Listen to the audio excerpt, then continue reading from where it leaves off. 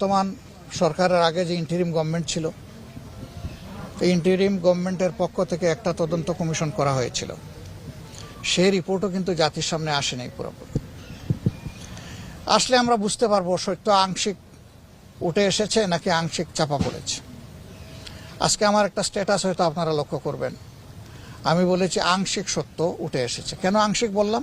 যেহেতু পুরা রিপোর্ট আমাদের সামনে আসে নাই। পুরা রিপোর্ট আসলে আমরা বলতে পারবো যে এটা আংশিক না পূর্ণাঙ্গ, সত্যটা উঠে এসেছে কিনা। খুনের নেপথ্যের কারিগর যারা ছিল, পরিকল্পনাকারী ছিল, ষড়যন্ত্রকারী ছিল, যারা তাদেরকে উৎসাহ জুগিয়েছে এবং যারা এই হত্যাকাণ্ড সংগঠিত করেছে, আমরা মনে করি তারা সকলেই সমানভাবে দোষী। এদের সবাইকে অবশ্যই বিচারের আওতায় আনতে হবে।